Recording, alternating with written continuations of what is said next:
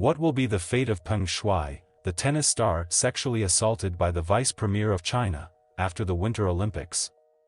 On November 3, 2021, PengShuai posted a shockingly lengthy message on her personal Weibo account, accusing Zhang Gaoli, a former Chinese vice premier and a former member of the Politburo Standing Committee, 7 top leaders in China, of the Chinese Communist Party, CCP, of forcing a sexual relationship with her several years ago and abandoning her afterward.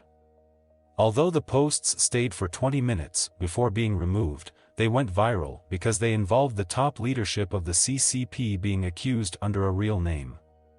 Not only has the CCP shut down PengShuai's Weibo comment section, Super Talk, and Tennis Super Talk, her Weibo content has not been updated since January 7, 2020. PengShuai was also not heard from in the next 3 weeks. At a time when many countries around the world boycotted the Beijing Winter Olympics for human rights and genocide in Xinjiang, as the international media continued to ferment coverage of PengShuai's disappearance, the CCP's foreign ministry and mainstream media continued to lie to cover up the scandal to enhance the international public image. IOC President Bach had a video call with PengShuai on November 21, when PengShuai said he was safe. On December 2, the International Women's Tennis Association suspended its tournaments in China.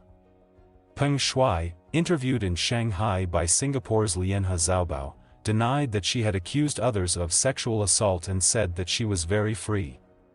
Mr. Guo Wengui, one of the founders of the new federal state of China, pointed out that PengShuai made these reactions under the circumstances of persecution, and everything the CCP did was only for the convening of the Winter Olympics.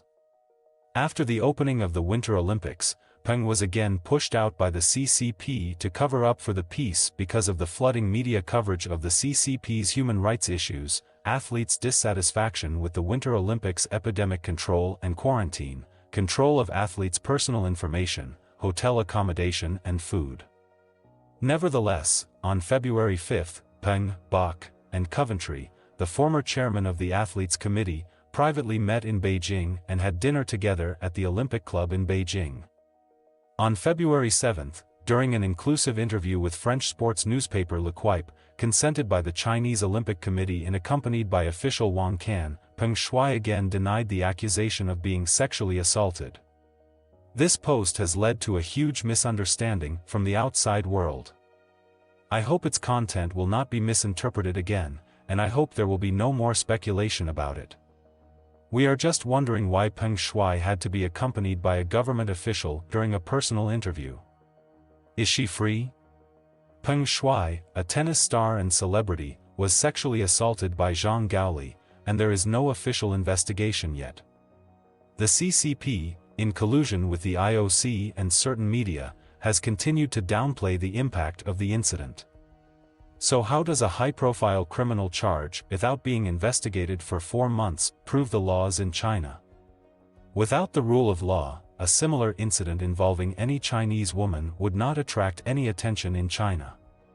However, a chained abducted woman in Jiangsu who was used as a sex slave and gave birth to 8 children has caused an uproar. Unfortunately, there has been no satisfactory official response from the Chinese government. This woman has been illegally detained for 24 years, through 3 presidents, Jiang Zemin, Hu Jintao, and Xi Jinping, and the case has never been investigated.